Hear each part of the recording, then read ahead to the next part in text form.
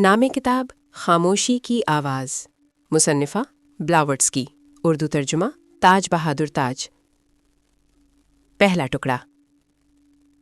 یہ ہدایات ان لوگوں کے لیے ہیں جو نچلی ادھی کے خطرات سے ناواقف ہیں۔ وہ شخص جو نادا یعنی بے آواز کو سننا اور سمجھنا چاہتا ہے، اسے دھارنا کی نوعیت کو سیکھنا پڑے گا۔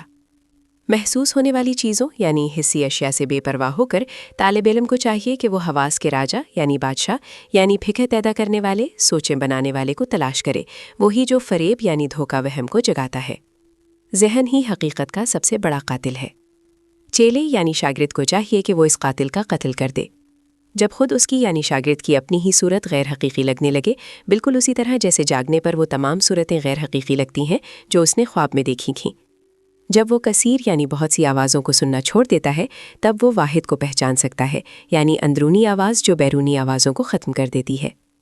صرف تب ہی، اس سے پہلے نہیں، وہ اسد یعنی جھوٹ اور فریب کے علاقے کو چھوڑ کر ست یعنی حقیقت کے دائرے میں آ سکے گا۔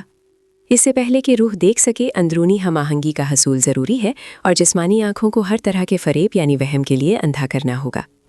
اس سے پہلے کہ روح سن سکے، صورت انسان کو چاہیے کہ وہ چیخنے والے ہاتھیوں کی آوازوں کے لیے بھی اتنا ہی بہرا ہو جائے جتنا وہ سنہری جگنوں کی چاندی جیسی گنگناہٹ کے لیے ہے۔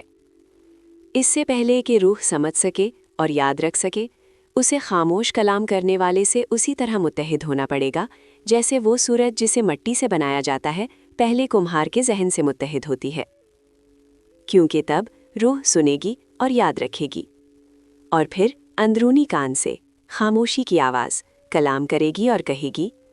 اگر تمہاری روح اپنی زندگی کی دھوپ میں نہاتے ہوئے مسکراتی ہے، اگر تمہاری روح گوش اور مادے کے اپنے خول کے اندر گاتی ہے، اگر تمہاری روح فریب کے اپنے قلعے کے اندر روتی ہے، اگر تمہاری روح اس چاندی کے دھاگے کو توڑنے کے لیے تڑپتی ہے جو اسے استاد سے باندھے ہوئے ہے، تو اے شاگرد، جان لو کہ تمہاری روح زمین کی ہے۔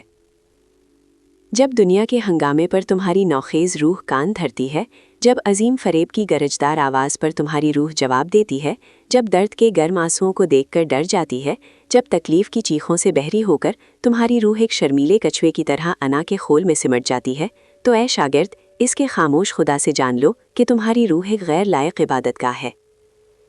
جب مضبوط ہو کر تمہاری روح اپنی محفوظ پناہ گاہ سے باہر نکلتی ہے اور حفاظتی عبادت گاہ سے آزاد ہو کر اپنی چاندی کے دھاگے کو بڑھاتی ہے اور آگے دوڑتی ہے، جب وہ فضا کی لہروں پر اپنی تصویر دیکھ کر سرگوشی کرتی ہے، یہی میں ہوں، تو اے شاگرد، اعلان کر دو کہ تمہاری روح فریب کے جال میں پھنس چکی ہے۔ اے شاگرد، یہ زمین غم کا مقام ہے، جہاں سخت آزمائشوں کے راستے پر ایسے جال بچھائے گئے ہیں جو عظیم بدعت کہلانے والے بھریب کے ذریعے تمہاری خود پسندی ایگو کو پھنسانے کے لیے ہیں۔ اے نادان شاگرد، یہ زمین محض ایک افسردہ داخلہ ہے جو اس دھندلکے کی طرف لے جاتا ہے جو حقیقی روشنی کی وادی سے پہلے آتا ہے، وہ روشنی جسے کوئی ہوا بجھا نہیں سکتی، وہ روشنی جو بتی یا ایندھن کے بغیر جلتی ہے۔ بڑے قانون کا فرمان ہے، تمام اعلیٰ روح کو جاننے والا بننے کے لیے پہلے تمہیں اپنے نفس کو جاننے والا بننا پڑے گا۔ اس نفس کے علم تک پہنچنے کے لیے تمہیں اپنے نفس خود کو بے نفس نان سیلف کے سپرد کرنا ہوگا اور اپنی موجودگی بینگ کو عدم موجودگی نان بینگ کے سپرد کرنا ہوگا، اور تبھی تم عظیم پرندے کے پروں کے درمیان آرام کر سکو گے۔ ہاں، اس شے کے پروں کے درمیان آرام کرنا بہت میٹھا ہے، جو نہ پیدا ہوتی ہے اور نہ مرتی ہے، بلکہ ازلی زمانوں تک اوم ہے۔ اگر تم جاننا چاہتے ہو تو زندگی کے اس پرندے پر سوار ہو جاؤ۔ اگر تم جینا چاہتے ہو تو اپنی زندگی دے دو۔ اے تھکے ہارے مسافر، 3 ہال ہیں جو محنت کے خاتمے کی طرف لے جاتے ہیں۔ اے مارا کو پھتا کرنے والے، 3 ہال تمہیں 3 حالتوں سے گزار کر چوتھی حالت میں لے جائیں گے اور وہاں سے 7 دنیاؤں تک پہنچا دیں گے جو ہمیشہ کے آرام کی دنیائیں ہیں۔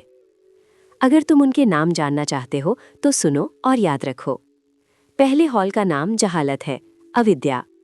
یہ وہ ہال ہے جہاں تم نے روشنی دیکھی، جہاں تم جیتے ہو اور جہاں تم مرو گے۔ دوسرے ہال کا نام سیکھنے کا ہال ہے۔ اس میں تمہاری روح کو زندگی کے پھول ملیں گے، لیکن ہر پھول کے نیچے ایک سانپ کنڈلی مارے بیٹھا ہوگا۔ تیسرے ہال کا نام حکمت ہے، جس سے آگے اکشرا کے بے کنار پانی پھیلے ہوئے ہیں، جو علم کل کا لازوال چشمہ ہے۔ اگر تم پہلے ہال کو بحفاظت پار کرنا چاہتے ہو تو خبردار، تمہارا ذہن وہاں جلنے والی خواہشات کی آگ کو زندگی کے سورج کی روشنی نہ سمجھ لے۔ اگر تم دوسرے ہال کو بحفاظت پار کرنا چاہتے ہو تو اس کے بے ہوش کر دینے والے پھولوں کی خوشبو سونگھنے کے لیے مت رکو۔ اگر تم کارمک زنجیروں سے آزاد ہونا چاہتے ہو تو ان مایاوی فریب زدہ علاقوں میں اپنے گرو رہنما کو مت تلاش کرو۔ عقل مند لوگ حواس کے لذت خانوں میں نہیں ٹھہرتے۔ عقل مند لوگ فریب کی میٹھی زبان والی آوازوں پر دھیان نہیں دیتے۔ اس حکمت کے ہال میں اپنے اس جنم دینے والے کو تلاش کرو جو اس پار ہے، جہاں تمام سائے نامعلوم ہے اور جہاں سچائی کی روشنی غیر فانی شان کے ساتھ چمکتی ہے۔ اے شاگرد، وہ شے جو غیر تخلیق شدہ ہے وہ تمہارے اندر بھی اسی طرح رہتی ہے جیسے وہ اس ہال میں رہتی ہے۔ اگر تم وہاں پہنچنا اور ان دونوں کو آپس میں ضم کرنا چاہتے ہو تو تمہیں فریب، ایلیوژن کے اپنے تاریک لباس اتار پھینکنے ہوں گے۔ اپنے جسم کی آواز کو دباؤ، حواس کی کسی بھی شبیہ کو اس کی روشنی اور تمہاری روشنی کے درمیان نہ آنے دو تاکہ یہ دونوں ایک میں ضم ہو جائیں۔ اور جب تم اپنی اگیانا کو جان لو تو سیکھنے کے ہال سے بھاگ جاؤ۔ یہ ہال اپنی فریب دہ خوبصورتی کی وجہ سے خطرناک ہے اور یہ صرف تمہاری آزمائش کے لیے ضروری ہے۔ اعلانو شاگرد، خبردار، کہیں ایسا نہ ہو کہ تم فریب کی چمک سے دنگ رہ جاؤ اور تمہاری روح وہاں رک جائے اور اس کی دھوکے باز روشنی میں پھنس جائے۔ یہ روشنی عظیم پھانسنے والے مارا کے جوہر سے چمکتی ہے۔ یہ حواس پر جادو کرتی ہے، ذہن کو اندھا کرتی ہے اور لاپرواہ کو ایک برباد کشتی کی طرح چھوڑ دیتی ہے۔ جس پتنگے کو تمہارے شب چراغ کی چمکدار لو اپنی طرف کھینچتی ہے وہ چپچپے تیل میں مرنے کے لیے مقدر ہے۔ وہ لاپرواہ روح جو فریب کے مذاق اڑانے والے جن سے مقابلہ کرنے میں ناکام رہتی ہے وہ مارا کی غلام بن کر واپس زمین پر آئے گی۔ روحوں کے لشکر کو دیکھو کہ وہ انسانی زندگی کے طوفانی سمندر پر کس طرح منڈلاتے ہیں اور کیسے تھک کر، زخمی ہو کر، ٹوٹے ہوئے پروں کے ساتھ وہ ایک کے بعد ایک اونچی ہوتی لہروں پر گرتے جاتے ہیں۔ تیز ہواؤں سے ٹکراتے ہوئے، طوفان کے ذریعے پیچھا کیے جاتے ہوئے وہ بھور میں بہہ جاتے ہیں اور پہلے بڑے گرداب کے اندر غائب ہو جاتے ہیں۔ اے شاگرد، اگر تم حکمت کے ہال کے ذریعے مسرت کی وادی تک پہنچنا چاہتے ہو تو علیحدگی کی بڑی ہولناک بدعت کے خلاف اپنے حواس کو مضبوطی سے بند کر لو جو تمہیں باقیوں سے جدا کر دیتی ہے۔ تمہاری جنت زاد روح جو مایا کے سمندر میں ضم ہو چکی ہے اسے کائناتی جڑ روح سے الگ نہ ہونے دو، بلکہ اس آتشی قوت کو سب سے اندرونی کمرے میں یعنی دل کے کمرے میں اور عالمی ماں کے ٹھکانے میں واپس جانے دو۔ پھر اس دل سے وہ قوت چھٹے درمیانی علاقے میں یعنی تمہاری آنکھوں کے درمیان کی جگہ میں بلند ہوگی، جب وہ واحد روح ون سول کا سانس بن جائے گی، وہ آواز جو سب کو بھر دیتی ہے، جو تمہارے استاد کی آواز ہے۔ صرف تبھی تم ایک آسمان پر چلنے والے بن سکتے ہو جو لہروں کے اوپر ہواؤں پر چلتا ہے، جس کا قدم پانی کو نہیں چھوتا۔ اس سے پہلے کہ تم اسرار بھرے صوتی ارتعاش کی سیڑھی کے سب سے اوپر کے ڈنڈے پر اپنا قدم رکھو، تمہیں اپنے اندرونی خدا کی آواز کو 7 طریقوں سے سننا ہوگا۔ پہلی آواز بلبل کی میٹھی آواز کی مانند ہے جو اپنے ساتھی کو جدائی کا گیت سناتی ہے۔ دوسری آواز دھیانیوں کے چاندی کے مجیرے کی آواز کی طرح آتی ہے جو ٹمٹماتے ستاروں کو جگا دیتی ہے۔ اگلی آواز اپنے خول میں قید سمندری پری کے سردار نوحہ کی مانند ہے، اور اس کے بعد وینا کے گیت کی آواز آتی ہے۔